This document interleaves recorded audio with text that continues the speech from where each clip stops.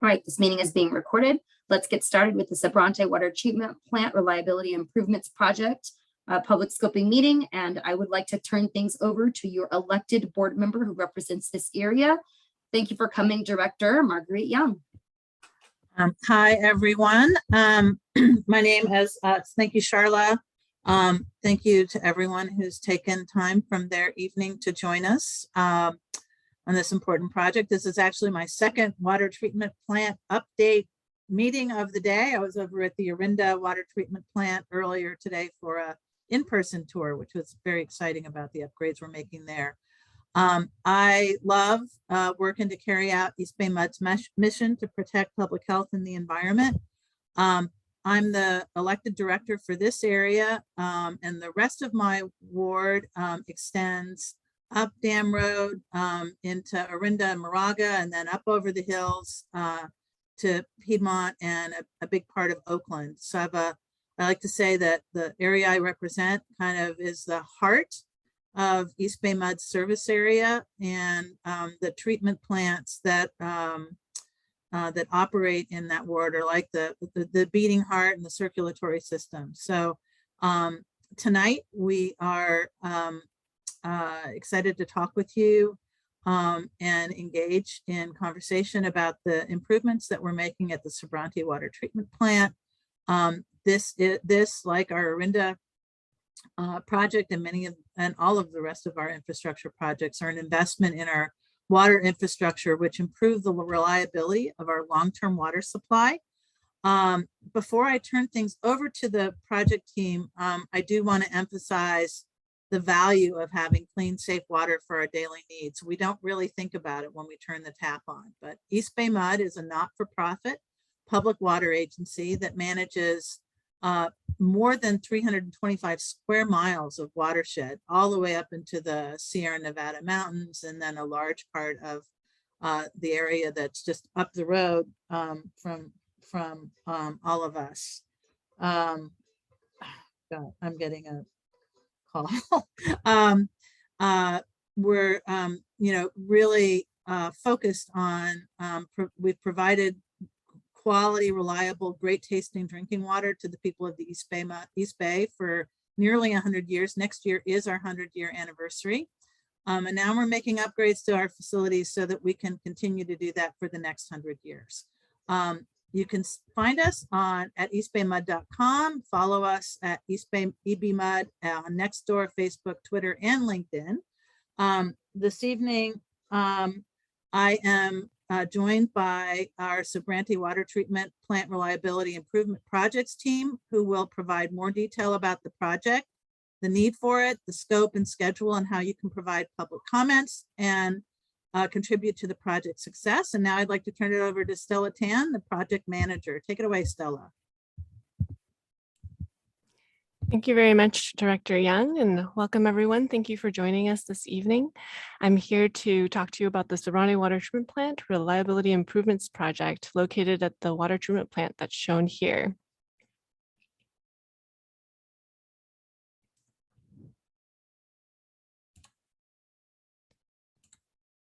And let me go ahead and make my pointer more visible here. So before we dive into the project, I wanted to give you some context about the East Bay MUD water system. Our water starts as snowmelt in the McCollum River watershed, which is shown here in the Western Sierras. Our snowmelt ends up in our Pardee Reservoir where it's stored, and then it travels 85 miles through our McCollum aqueducts to our East Bay MUD service area shown here. We have about 1.4 million customers in 29 cities in Alameda and Contra Costa County. And we have 6 treatment plants. We distribute our water through many reservoirs and pumping plants, as well as 4,200 miles of pipelines in our distribution system. Our Sobrante Water Treatment Plant project is one of the 6 water treatment plants. And here's another aerial photo of that treatment plant. And in a nutshell, for this project, we'll be increasing the treatment plant capacity, and we'll do so in 2 phases. And tonight, the purpose of this meeting is for me to provide an overview of the project. I'll present preliminary site plans as well as conceptual visualizations. Oh, it looks like we're able to have markups here. I wonder if we can remove those annotations. Charla, if you can help me with that, but I'll just continue to move forward. Tonight, I really want to emphasize that we're very much in the early stages of this project, and we're seeking input from you guys regarding the aesthetics and landscape design for the project. As we move further along, we'll be presenting more information regarding environmental impacts. So today's focus is really on the aesthetics and the landscape design and establishing the scope for this meeting. And let me see if there's a way for me to clear what's here. Here we Sorry, go. Stella, I don't know All right. where this came from. Thank you. Yeah, it looks like I wonder if we can turn off this drawing capability at this time just to avoid confusion, but it's okay. We'll just move along. So to give you an overview of our general project schedule, we're currently in the planning phases of the project, which includes the conceptual design for this project, the environmental review, as well as the public outreach. And once this portion of the project is completed, we'll move on to phase 1 design, where we'll design the phase 1 structures and complete any agency permitting. After that, we'll move on to phase 1 construction, where we actually construct those phase 1 structures. And as we see demands start to increase, then we'll initiate phase 2 design of the project, where we design the phase 2 structures as well as the pipeline portion of the project and complete agency permitting. And the last step here is phase 2 construction, where we construct those structures and pipeline. And I'll talk more about this in detail today.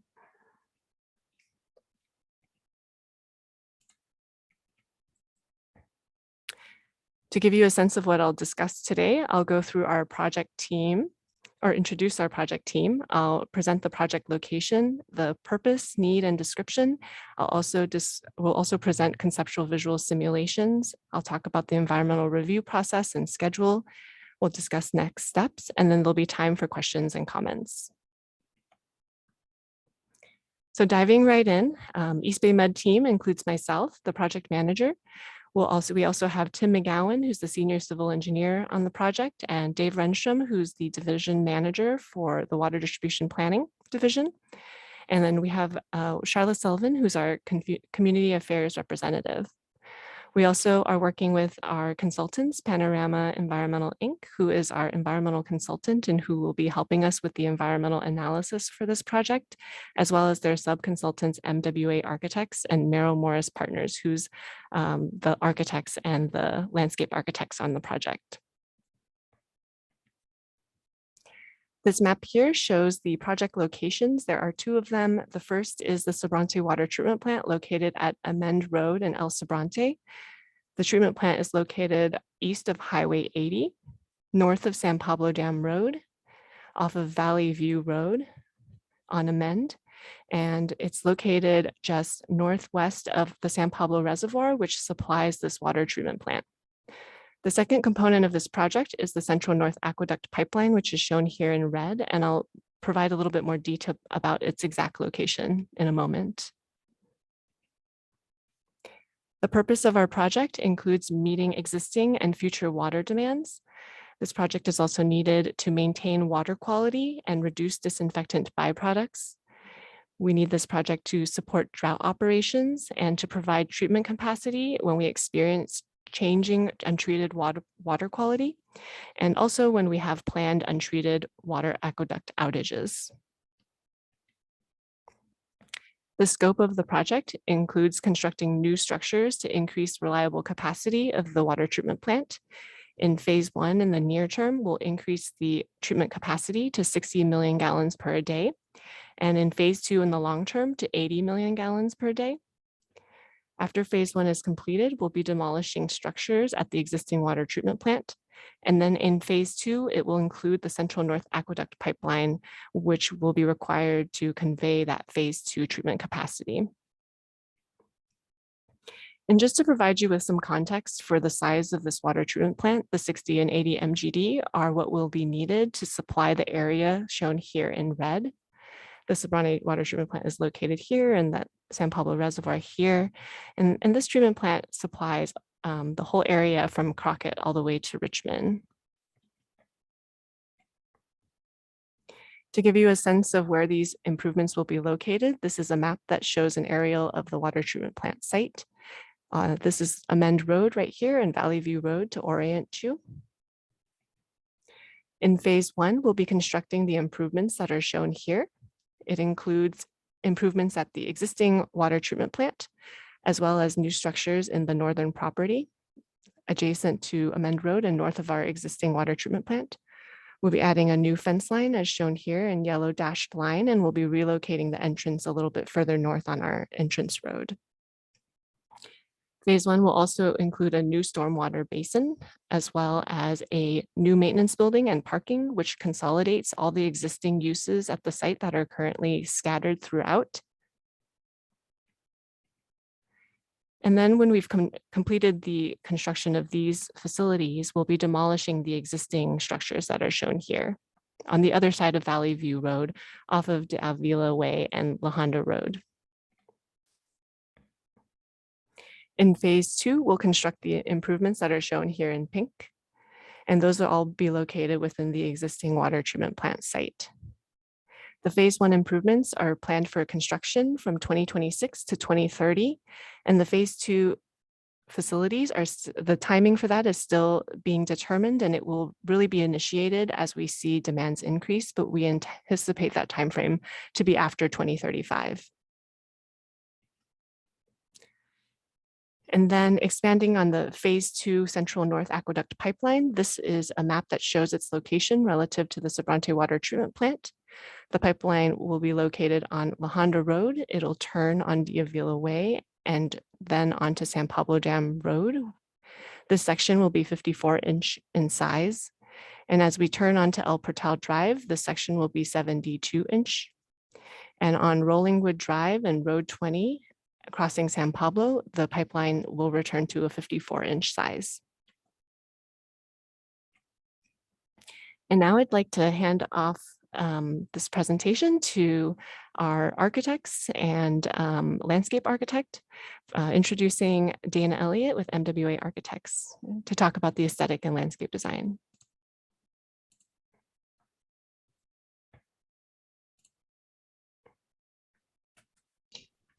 Thank you, Stella. Hi, everyone. My name is Dana Elliott. I'm a designer at MWA Architects. As Stella described, we've been working on the design of the new buildings and process structures at the Sobrante Water Treatment Plant alongside Merrill Morris partners who have been working on the landscape design and screening strategies. I'm excited to be here with you all tonight and look forward to hearing your feedback. But to start our process, we looked extensively at the area surrounding the Sobrante Water Treatment Plant, especially the key public buildings in the wider community and the houses, buildings, and landscape in the neighborhood where the site itself is located.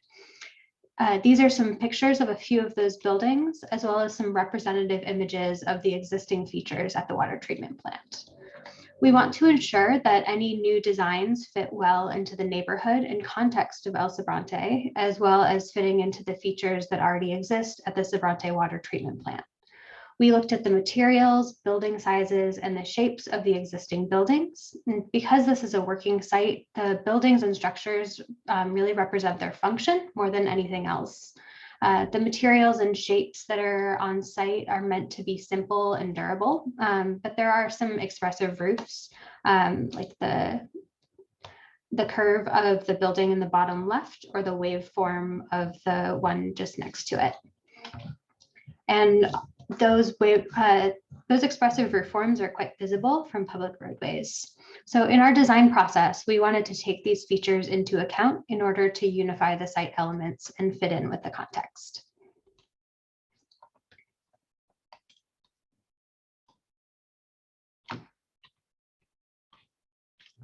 At the same time that we're looking at the built features, we also got a sense for the ways the site fits into the area from a landscape perspective. This is important for the screening strategies that Merrill Morris will be discussing in later slides. And these are a few images that represent the typical conditions in the surrounding neighborhood, which is largely residential, and yards tend to be well manicured, but still with an eye towards tolerating our area's drought conditions, At the perimeter, there are sloping hillsides, mature trees, and brush that screen views into the site. And at the water treatment plant itself, the planting is minimal, but very intentionally placed. The additions to the Sobrante Water Treatment Plant will keep this context in mind, and our aim is to add to the neighborhood character. Currently, there are a few new buildings planned to support the operations and processes at the Sobrante Water Treatment Plant. And this slide shows 3 examples that are representative of the designs we are proposing.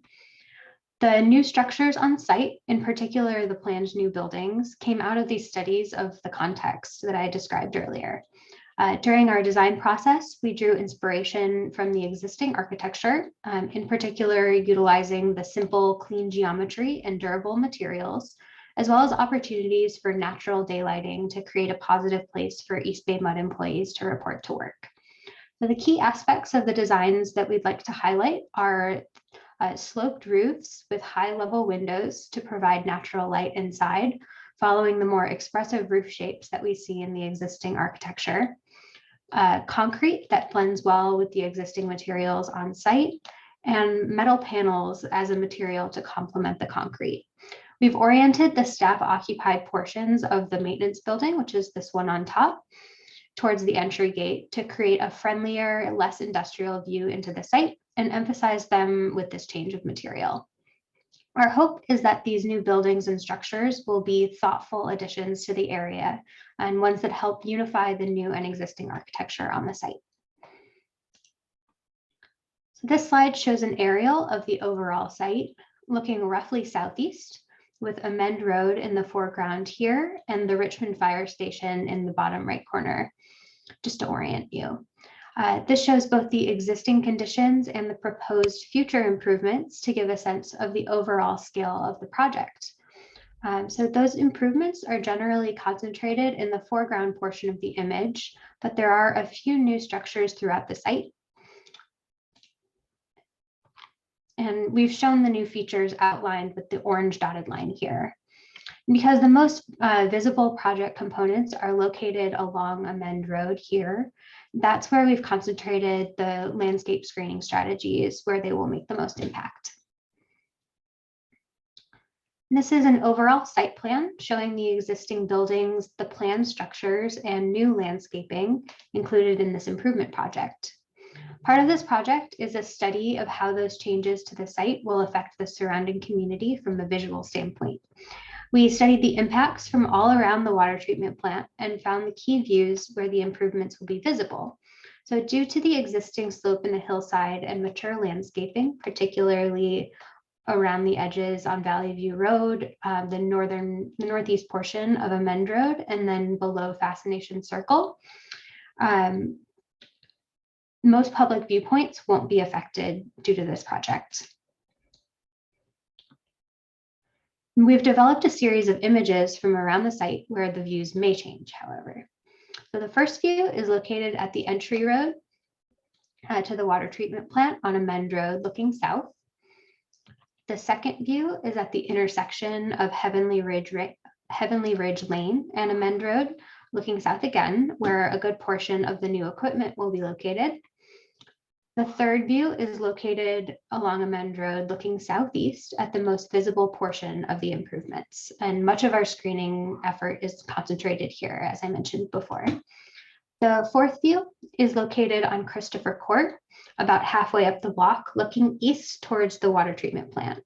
The site is visible from this vantage point as it's elevated above Valley View Road. And the fifth view is located on the hillside below Fascination Circle, looking northwest. This is not a publicly accessible viewpoint, but we're including it to give an idea of the views for neighbors located on Fascination Circle.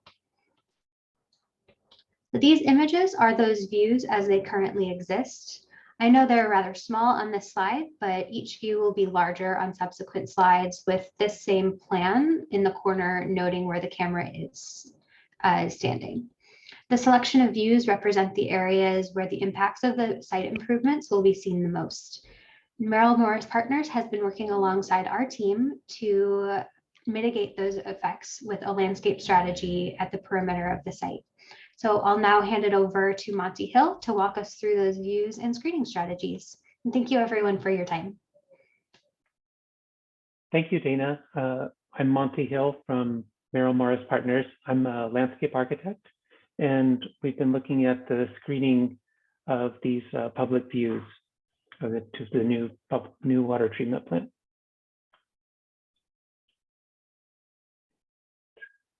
First, I'd like to discuss the plant palette that we've chosen to use to screen the new process facilities and also blend the plant into the neighborhood.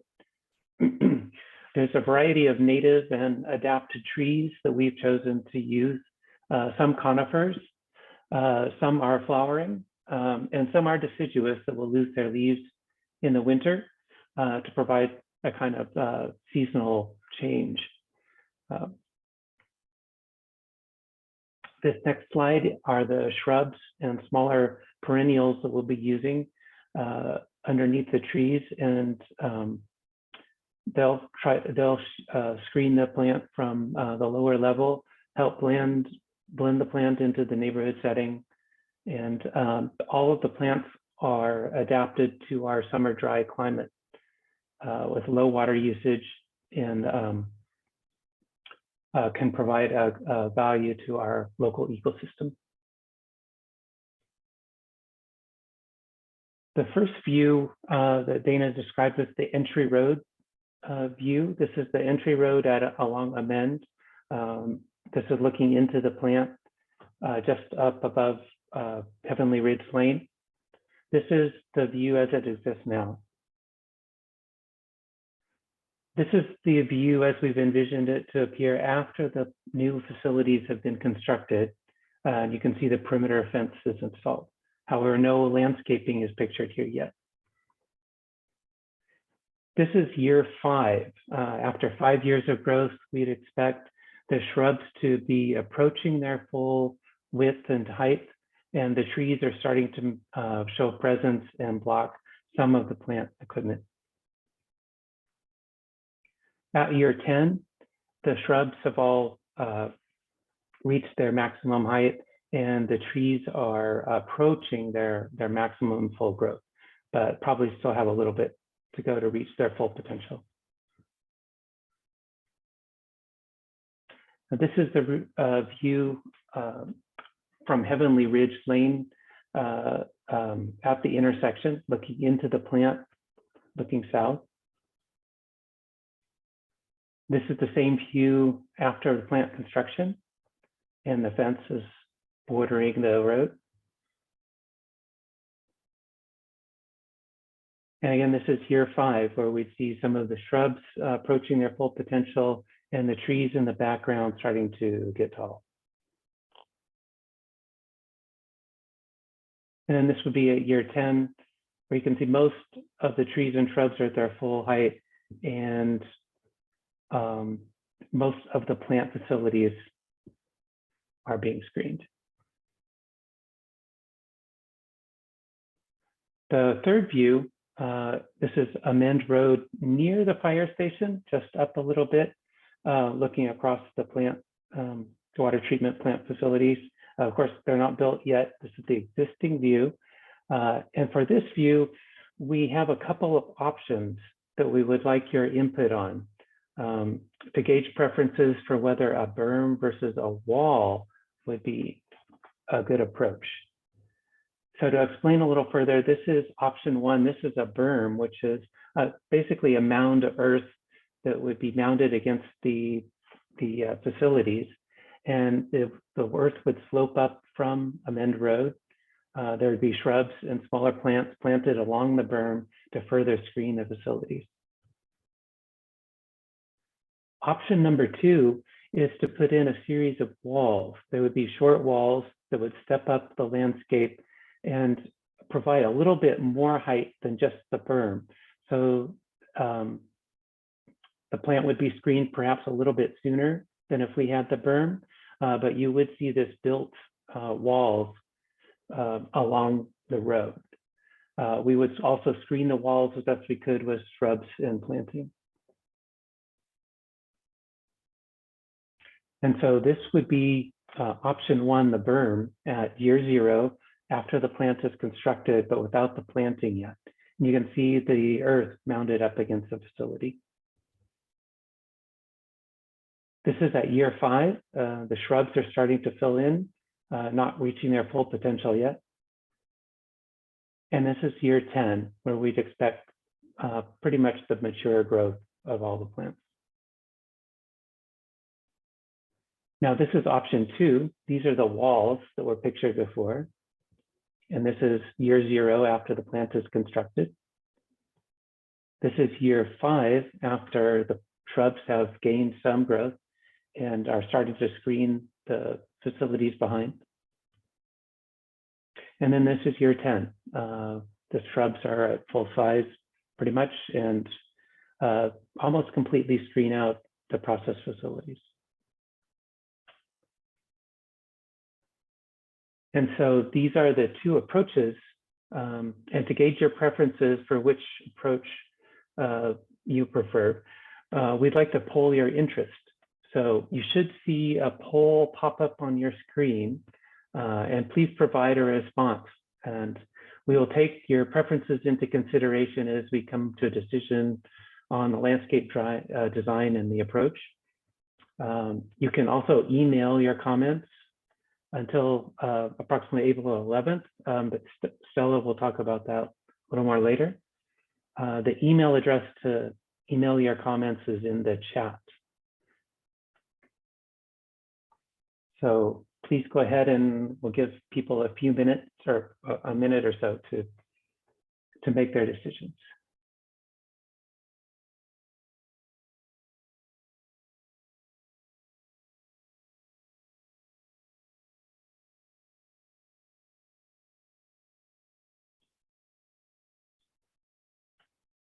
And so it looks like we have most of the votes in.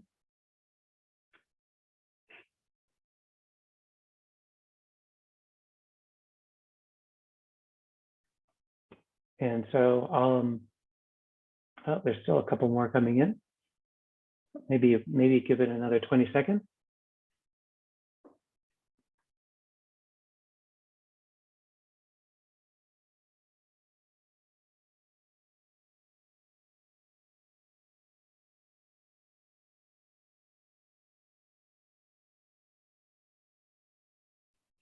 Okay, so I'll go ahead and end the poll, or it looks like it's ended. Okay, and we'll go ahead and thank you for your participation, and we'll go ahead and examine the results and consider your preferences as we continue the design. Okay, let's go on from view 3 to view 4. This is the view from Christopher Court, the existing view up on the hillside about a block, half a block or so. And you can kind of see that the plant now is built in year 0 and some new fencing has been added. And this is after year 5. The trees and shrubs are starting to blend the plant into the surrounding neighborhood a little bit. And after year 10, the new facilities are mostly screened from the view, this particular view. And then one additional view we wanted to study was the view up on the hillside. And this is the view before plant construction, the existing. And this is how it would look after construction. As you can see, most of the screening is already occurring due to the existing trees and existing growth that occurs around the plant. So thank you for your time. And I'm going to hand it back to Stella to continue the presentation.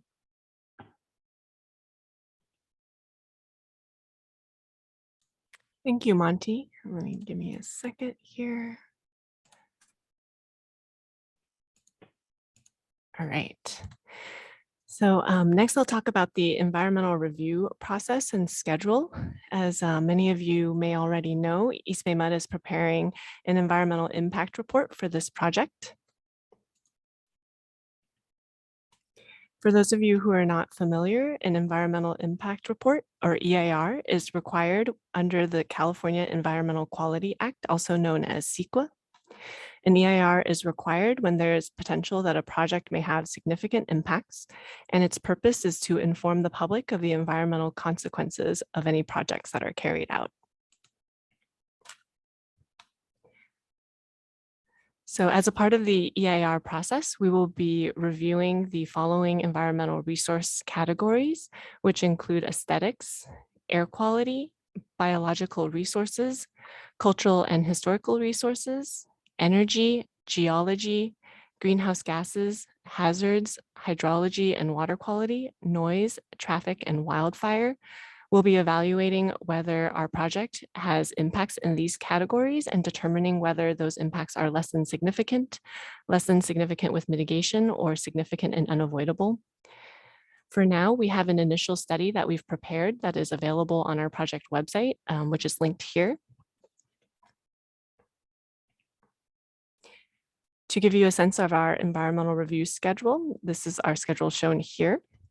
We've completed the preliminary site and landscape planning portion of the project. We prepared the landscaping and architectural plans that you saw here today.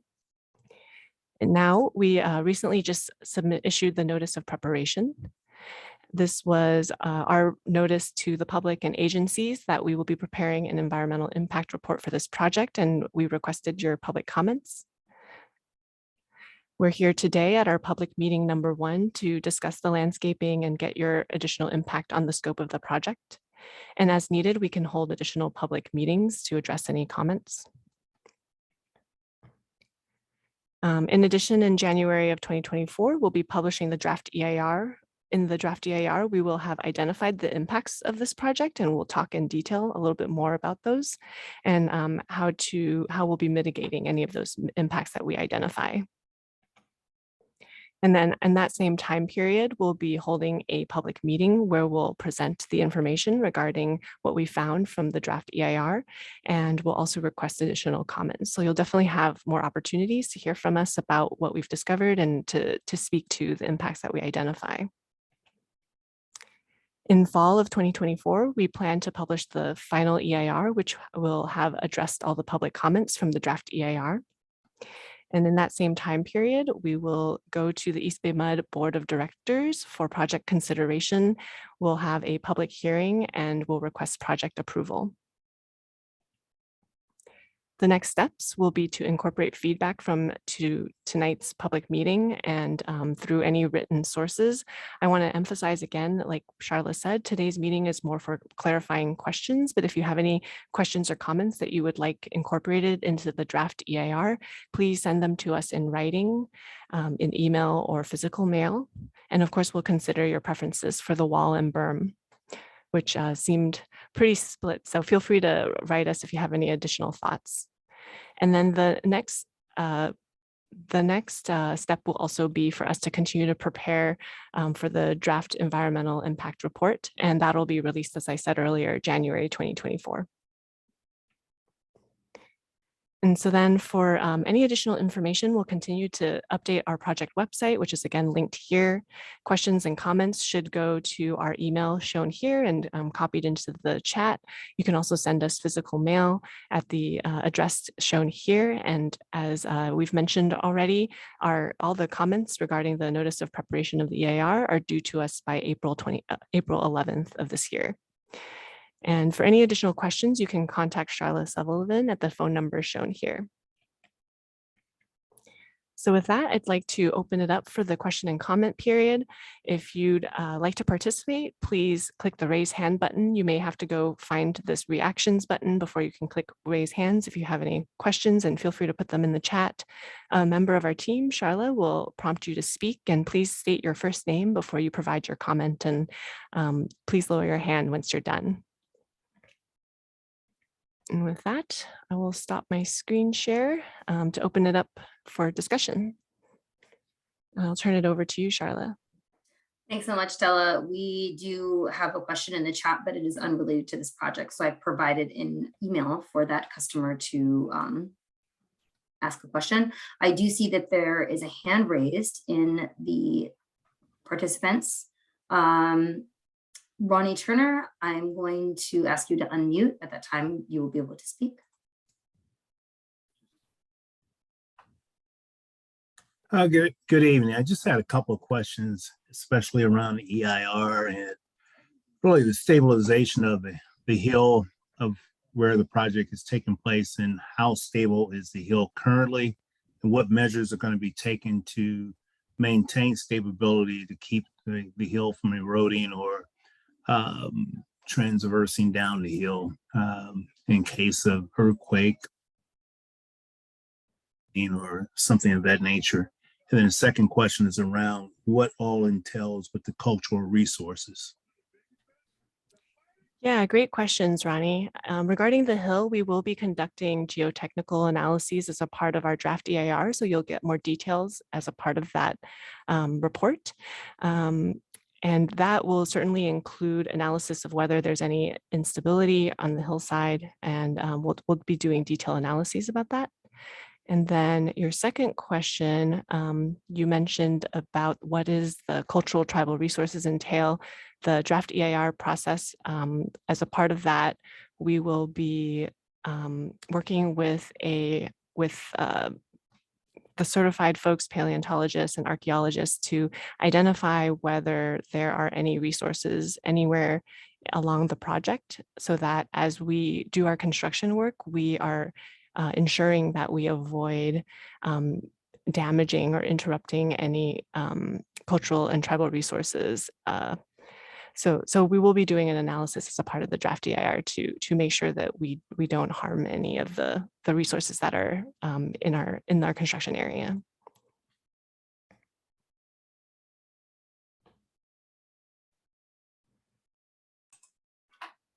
Does the community have any other questions at this time about the project? Feel free to raise your hand using the reactions button on your toolbar, or you can ask by raising your hands.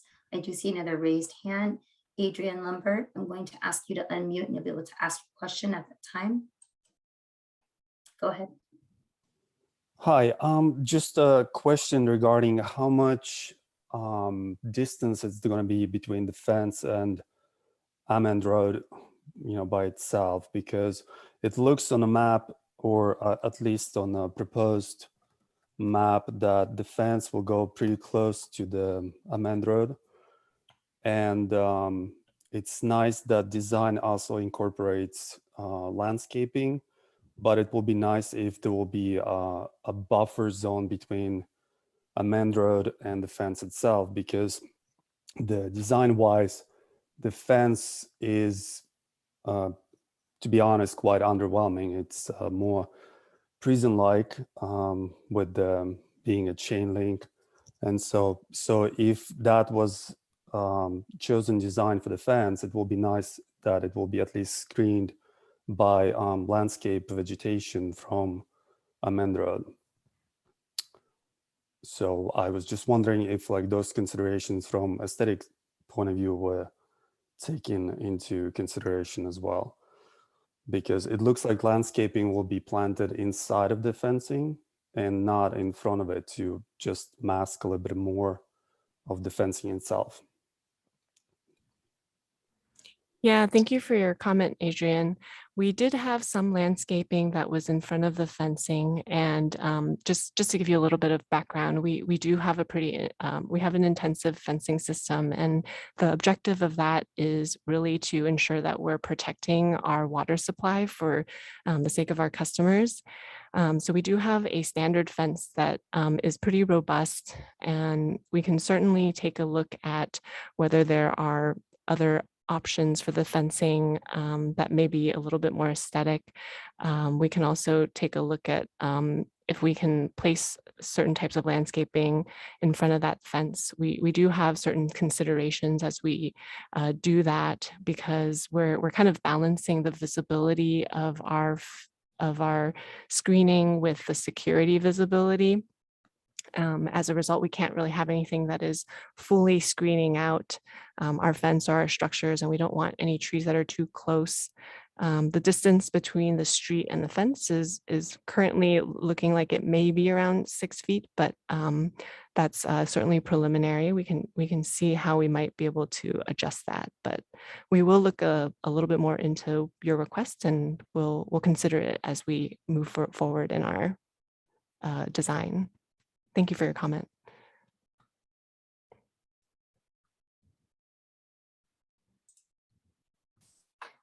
Are there any more questions from the community this evening? I'm not seeing any more hands raised or questions in the chat. Was there any follow-up questions for any of the answers provided?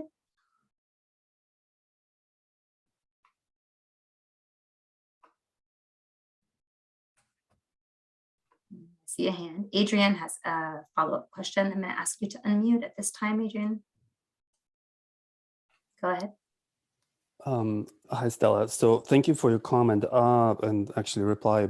I was just wondering, is there any way to incorporate perhaps similar design for the wall as they do on a highways, like a sound barrier wall, where it's quite high and also screening quite efficiently the facility itself, at least on a main portion, because it's right now it's an empty field. It's very pretty. It's very, inviting natural setting.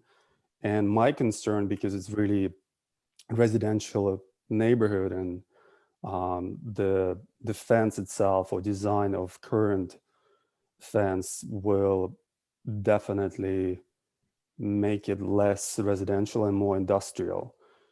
And so therefore I was just wondering, like, by creating the just maybe deeper buffer zone with landscaping from Amend Road, and also perhaps taking into consideration building a sound barrier type of fencing that will be for security reasons tall enough, but also aesthetically pleasing, and will also the height facility is better, especially when there will be potential landscaping incorporated in front of that fence.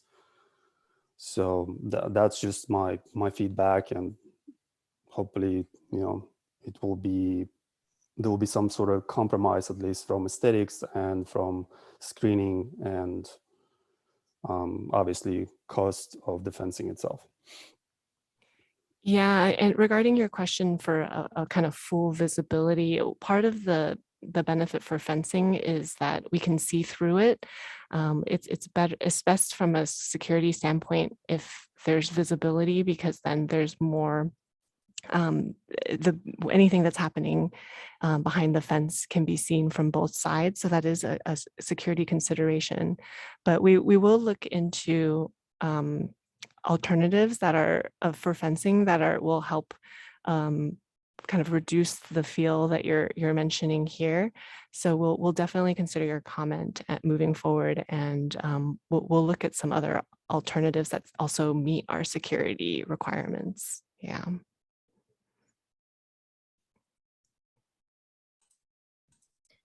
In the chat, we have Ed and Suzanne Taylor who have their hand raised, and then there's a question that's in the chat. Since Ed and Suzanne, I've seen your hand raised first, I'm going to go ahead and ask you to unmute. Suzanne, I know, has anticipated this project and asked me lots of questions, so I'm very happy to see you here this night. Tonight, ask to unmute. Go ahead.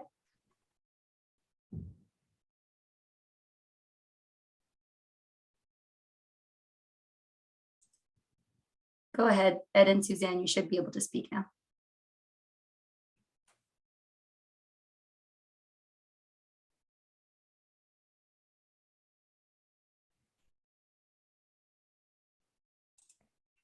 Maybe there's some technical difficulties there.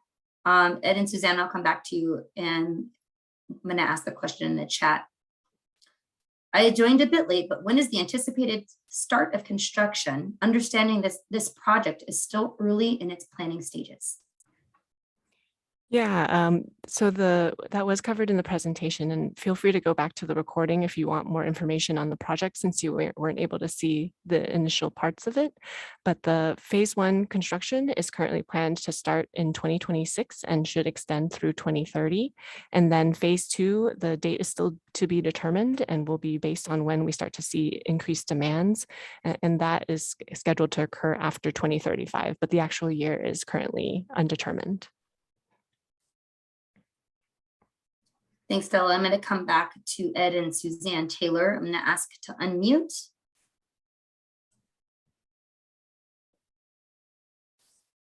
Ed and Suzanne, you should be able to unmute yourselves and speak at this time and ask your question.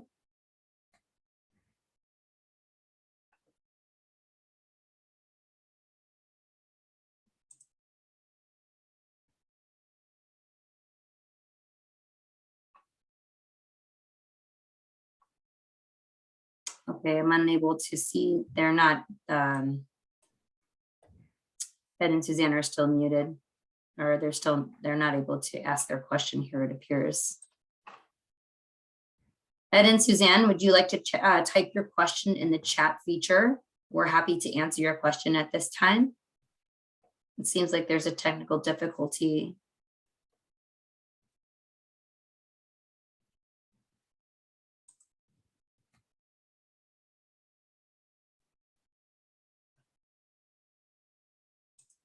All right. I'll move on to other questions. Are there any other questions from the community this evening about the project?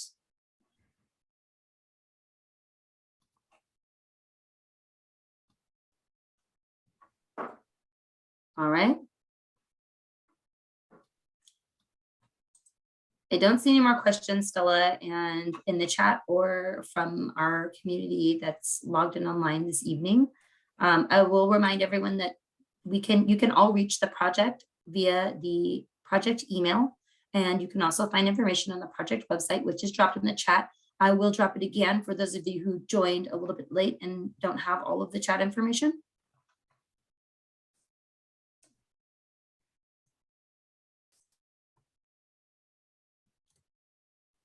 There is the project website.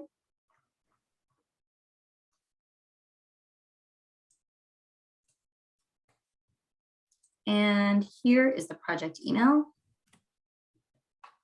And again, we are collecting those responses, and you can comment not just on the visual aspects, as Stella mentioned, of this presentation, but if you have comments about the project or questions about the project, you can ask them to the email.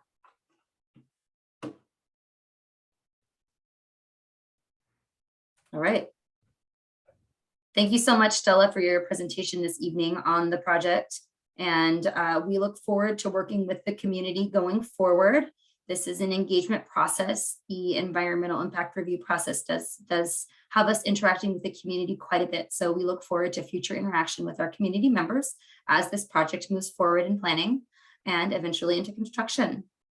You can find the project, the video recording of this presentation on our project website sometime next week. And again, if you have any questions, you can email the project email dropped in the chat or visit the project website. Thank you all for your time this evening. And East Bay MUD, who's been serving you for nearly 100 years with clean, fresh drinking water, is looking forward to serving you for the rest of time. Have a nice evening. Thank you, everyone.